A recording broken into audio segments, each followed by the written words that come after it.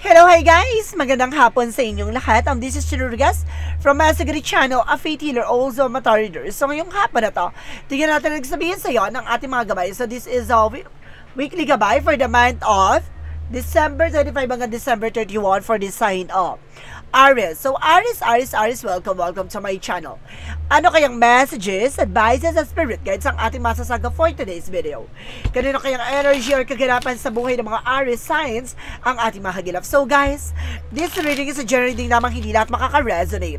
Kunin lamang po makaka-relate sa inyo and comment down below kung kaninong energy ang ating nasagap. And of course, don't forget to like and subscribe my channel. And notification bell for more videos update. Kasi maraming salamat po sa mga walang sawang pagsuporta sa aking channel, lalo na ang hindi nag-i-skip ng ads, naway pagpalain kayo ng Diyos at may kapal, siksik liglig na guumapaw na biyayang manubalik sa inyo. So let's see guys, what is the messages, advice ng ating angel spirit for this sign of Aries. So let's see and watch this. Ano kaya kaganapan sa buhay ng mga Aries signs ang ating mahagilap? So guys, eto na, tunghayan na natin at bulabugin natin yan. Angel Spirit, please give me your information po. And there's a Sun card with a pure positive outcome. Talagang may paglalantad, no? May mga bagay na ilalahad na. O kumbaga sinasabi na abot kamay or maaaring ilatag mo ang iyong mga palad para malasap mo na kung ano man yung mga bagay na hinihintay mo at gusto mong matanggap. And this is the Page of Pentacles with an investment, no? There's something invest wisely, no? There's something manifestation at the same time. May mga bagay na unti-unti mo na makahawakan, may mga bagay na unti-unti mo na may sasakatuparan. And this is something the Page of Sword, being curiosity, no? Kailangan palagi ka magtanong, kailangan alamin mo, maging curious ka sa kung ano man yung mga bagay na nangyayari behind your back, no? Kailangan may mga bagay o plano ka na panibagong eksena. Hindi pa rin nag-i-stick ka na sa isang eksena. Dapat kailangan palawakin mo ang kaalaman mo, kaisipan mo sa lahat ng mga bagay na alam mo magbe-benefit sa iyo or paano mo ma-develop yung sarili mo. And because this is something that lovers connected with your love life, no? Talaga parang pinapakita dito na there's something love life involvement, no? And kasi sinasabi dito with the Queen of Wands, something confident, lakas loob. Kailangan mo maging matapang, harapin, at kailangan mong lagpasan kung ano man yung mga bagay na pinagdadaanan mo ngayon. This is something, the Five of Pentacles for financial crisis, no? Some of you guys, no, nakakaranas ka na financial loss or financial crisis right now. And this is a Two of Cups with, of course, the Sun card. Maliliwanagan ka na about sa partnership. Parang magkakaroon ka na ng parang kaliwanagan, no? Mag-iingat ka na kung paano ka makikipag-usap, makikipag-transactions. And this is a Two of Pentacles, maging balanse ka for investment, no? Kaya parang mag-iwas-iwas ka, baka mabudol ka, maskam ka. Madalas kang nagogoyo, no? And this is a strength card for a confident. Talagang pinapakita dito na kaya kailangan mong tuklasin sa sarili mo kung paano mo papalawigin ang kaisipan at nararamdaman mo. Hindi ka dapat nagpapa-apekto sa mga taong nasa paligid mo or either sa situation mo. Kailangan marunong ka mag-distract, no, ng sarili mo pagdating sa mga bagay-bagay na nagpapagulo sa utak mo. And there's the Lovers represented with a Knight of Wands for slowly but surely. Kung sinasabi dito pagdating sa love life, unti-unti naman yan, hindi naman yan agad-agad, no? Hinay-hinay lang. And of course, the Queen of Wands represented with the Seven of Pentacles with a harvest time, no? Unti-unti ka nang may isa sa katuparan, unti-unti mo nang maaani kung ano man yung mga bagay na inumpisahan mo, no? There's the Five of Pentacles represented with the Ace of Pentacles with a big shot and big money coming in for you. Makaka-recover ka na for financial crisis and financial loss, no? Ngayon linggong to, maaaring maging masagana ka na. Yung hinantay mo, maaaring dumating na. This is a Five of Cups represented disappointment. Magkakaroon ka ng disappointment for something in partnership, no? Sa pakikipag-ugnayan, sa pakikipag-transactions, maging aware na, ha? And this is a Nine of Cups with an offer. Maraming matatalinhagan salita. Mag-iingat ka. There's an offer for proposal. Mag-ingat ka lang po. And there's something that the Page of Swords, because the Strength card represents the ease of something, a new plan, new project. Maraming papasok na eksena. May mga bagay na hindi para sa iyo, yung mga bagay na yon or opportunity na yon, kasi nililihis ka ng ating Panginoon para hindi ka ulit mapahamak. And this is a Star card for healing. There's a double clarification na para pinapakita dito na magkakaroon ka ng recovery for love life, career, and finances. And of course, let's see what is the Queen of Wands and the Seven of Pentacles represent what? Represent with a Knight of Cups with a wish fulfillment. So, parang matutupad talaga yung pangarap mo dito. Dahil naging matapang ka, nagkaroon ka ng confiance sa sarili mo, lahat ng mga bagay na ginawa mo ay may kaakibat yan, no? Nakabutihan or parang kumaga consequences, no? Kumaga there's something consequences sa lahat ng ginawa mo. Parang gano'n. Kumaga kung ano yung inanim, kung ano yung mga ininvest mo, ayun ang aanihin mo. And this is something that Ten of Pentacles for long term. See? Excuse me guys. Nagkaroon ka ng financial loss and this is something, an opportunity that brings you a big shot and the Ten of Pentacles for long term. So, ibig sabihin, nagkakaroon ka ng financial security dito and financial stable. Now, there's something flow. No? Parang dadalo yun na to. So, let's see what is the outcome. Ang pinaka-outcome is the Three of Cups, something celebration. Na unti-unti ka na makakaranas sa celebration and there's a magician for manifestation at tinatawag na desires into reality. Yung pinapangarap mo lang pero ngayon abot kamay mo na. Additional messages and because parang ano no, parang may mga pinagdaanan ka from the past na parang nagsingin sa'yo na balang araw, makukuha ko din yan. Balang araw, matutupad ko dito. Balang araw, ako naman yun nasa position yan. Or balang araw, ako naman yung makakaranas yan. Parang this is the moment na para lahat ng mga binitaw mo salita na balang araw ay maaaring ngayong araw na to na. And this is something that two of wands by choices, no? Parang dito ka na lang, ikaw na lang ang pipili ko ano yung mga opportunity papasok sa'yo. For finances, so this is the Hermit card. Sinasabi dito na maaaring, kumbaga, konektado with the spirituality, no? Kumbaga pinapakita dito, there's a divine intervention with the Five of Swords. Magkakaroon ng self-sabotage not because of your action. Maging aware ka guys ha, para magkakaroon dito ng scam or budol, mag-ingat ka po. Kasi kumbaga nakalatag sa'yo talaga dito, lapitin ka ng budol, lapitin ka ng scam. And of course, for the outcome, for additional messages, there's a for one something celebration. Pagdating sa finances, and of course, pagdating sa negosyo, maaaring makaranas ka ng mga celebration, no? Additional messages tayo for love life. So, this is the moon card, no? For a truth reveal. Malalaman mo na, no? Kung bakit nakakadlang ka na pagbubuntis ng person mo or pagbubuntis mo. There's a something fertility here, maaaring mabuntis ka na or magkaanak ka na. There's a Queen of Pentacles with a security pagdating sa finances. Now, there's a good sense na marunong ka mawak ng finances or either your person. Now, pagdating sa health mo guys, let's see. Pagdating sa health, there's a Queen of Cups with a healing. So, magkakaroon ka na ng healing dito, guys. There's an emotional healing, guys, para mawawala ng depression, stress, and anxieties mo. And this is something that Three of Pentacles with unity. Na may pagtutulungan talaga na magaganap dito, guys, no? Kumaga, hindi ka na mapapadistract, no? Sa mga tao sa paligid mo, bagkos parang ginagamit mong yung opportunities na yon, no? Para pas lalo kang lumakas. Parang there's something motivation. Parang ganon. Let's see what is the synchronicities represent what. And there's the word. There's something trouble talaga and there's a success coming in for you and this is something reflection. At yung sinasabi ko na lahat ng gagawin mo ay magre-reflect sa'yo and this is something of spring with the blossoming. No, may paglago na talaga, no, maaaring mamulaklak na, maaaring maging masagana na ang pamumuhay mo, no, and because this is something the wildness, magiging mabagsik ka ngayon, parang magiging aggressive ka or maaaring magiging productive ka, na parang may hinahabol ka na eksena, but eventually guys, tuloy-tuloy na siya. For magical fairy messages represent a new home, magkakaroon ka ng bagong bahay dito guys, no, and some of you be yourself, basta maging authentic self ka or something, maging totoo ka sa sarili mo. Kumbaga may isa sa katuparan mo yung mga bagay na ninanais mo. Additional messages with an angel spirit guides for a yin and yang oracle card.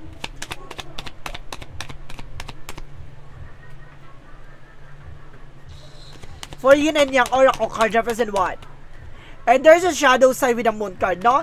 There's a something truth reveal. May mga bagay na malalantad na sa'yo, may mga bagay na ilalakad na sa'yo. Kumbaga, unti-unti mo na masisilayan at makikita yung mga bagay na nakatago. And this is something guarded, no? Kumbaga, there's a vulnerable. Kumbaga, marami lang pumapasok sa utak mo, sa isipan mo, na nagpapagulo para ma-distract ka. No? And this is something thoughts. See, I told you. See, isolation with the thoughts. Parang sinasabi dito, maraming pumapasok na negativity sa'yo. Mag-cleansing ka, guys, no?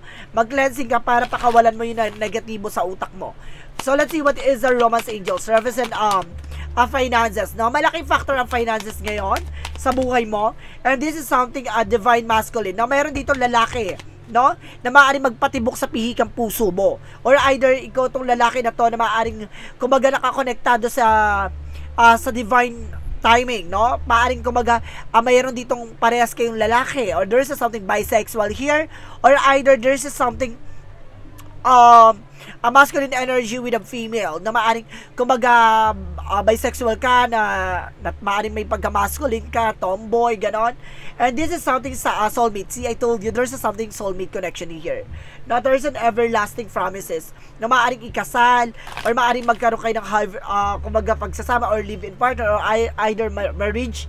For Archangel Raphael messages, represent with the sovereignty. Now, kumbaga sinasabi dito na kailangan mo ng fruit and vegetables and there's a have faith na kailangan mo magtiwala at maniwala na lahat ng mga bagay na nangyayari sa'yo ay kumbaga nakalaan para sa ating Panginoon.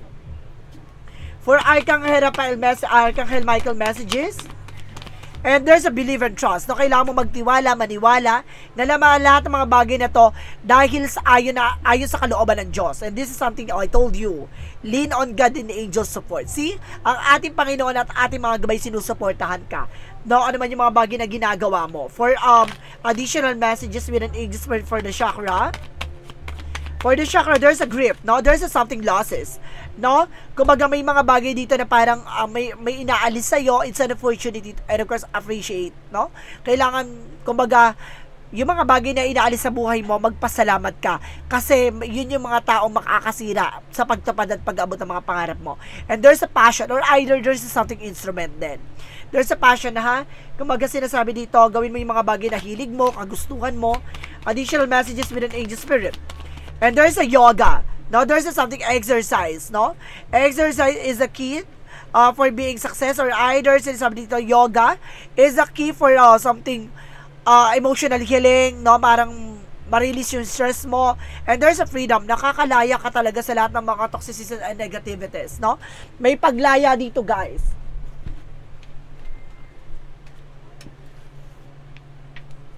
Additional messages with an angel's answer. Represent what? For the angel's answer, represent what? Remain positive. No, kailangan mong panatilihin positibo ka sa lahat ng eksena. No, alisin mo yung nagbibigay negatibo sa isip mo. And there's something improving health. No, mag-improve talaga yung health mo. Alam mo guys, malaking factor dito yung ano mo, yung pag-iisip mo. And because this is something success. No, magsasuccess ka talaga at the end of the time. There's an additional messages to represent what?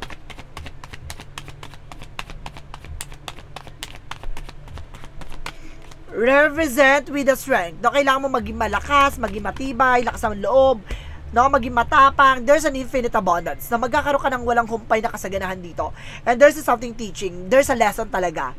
No, lahat ng mga bagay na to, it's an instrument by God na para malaman mo yung tamang proseso. Kaya nangyayari sa buhay mo yan kasi may mga bagay na kailangan matutunan. For additional messages with an angel spirit. And there's a loneliness na parang sinasabi dito, you'll never be alone. No? Parang pinapasok sa isip mo na parang nag-iisa ka na lang, nalulungkot ka sa mga nangyayari. Do, kung there's a guilt, na parang may guilt ka sa sarili mo, bakit na nangyayari to, pakawalan mo yung galit at puot yan sa puso mo. Hindi ka magiging matagumpay. For a romance, for Monsology, represent what? Expect the powerful change. No? And there's something that changes coming in for you. Na may mga pagbabago na biglaang mangyayari. And there's a Monsology represent a win-win outcome forecast. No, talaga ipapanalo mo tong eksena na to.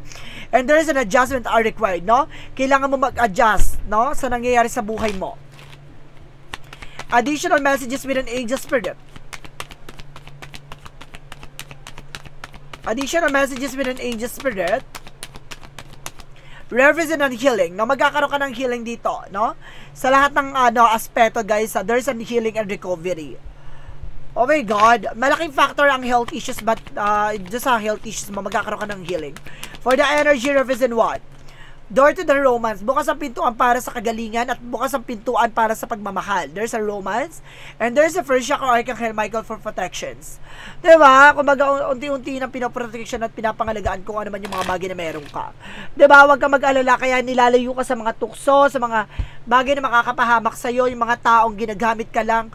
Magpasalamat ka, inilalayo ka. No? Yun yung inaalis sa buhay mo. For romance angels, represent what?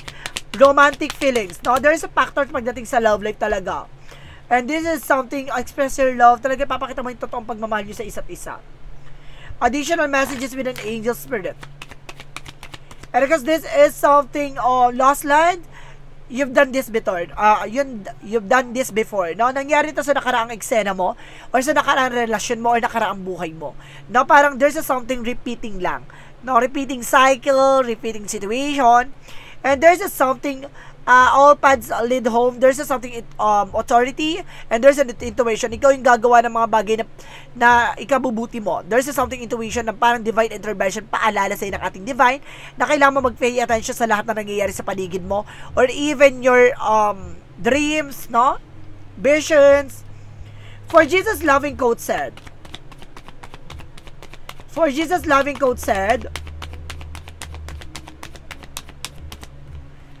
and there is if you have a faith as a grain of mustard seed, if you shall say unto this mountain, remove hence to the yonder place, and shall be removed. So see, kumbaga magtiwala ka sa mga bagay na ginagawa mo. Kung ito yung mga bagay na makakabuti sa iyo, dahil yung mga bagay na itinatanim mo, kung ikaw yung kumbaga makakabuti sa iyo yung mga bagay na yon, yun ang nangyayari sa paligid mo. Kumbaga yung mga taong kasama mo, no, kung ito ay makakabuti sa iyo, no, hindi yan iaalis. Pero kumbaga iaalis ka dyan kung ito ay makakasama sa'yo. No, sa sitwasyon mo, sa nangyayari sa'yo, lahat ng mga bagay na there's something purpose. Magtiwala ka lamang, no? Kumbaga aalisin ka o ilalayo sa'yo yung mga bagay na makakapahamak sa'yo. For an angel's number represent a 777 for perseverance, no? Konting tiyaga pa, konting kalma lang. Ha, kasi may mga bagay na mararating ka talaga. Kailangan mo lang talaga magtiyaga at kailangan mo lang maniwala. And there's a need for a change of perspective on whatever has taken you over you now. If you want to succeed, you need to keep going down the road you're on, reach for the wisdom within, and then you just know what the right next step is. Bakit? Kumbaga, ang ganda ng eksena na to, magtiyaga ka, magiging maganda mo ng eksena. Bakit? Kumbaga, ang gulo-gulo na nangyayari sa'yo. Bakit? Kasi nga, hindi mo tinatanggap yung kumbaga impormasyon na binibigay ng ating mga gabay.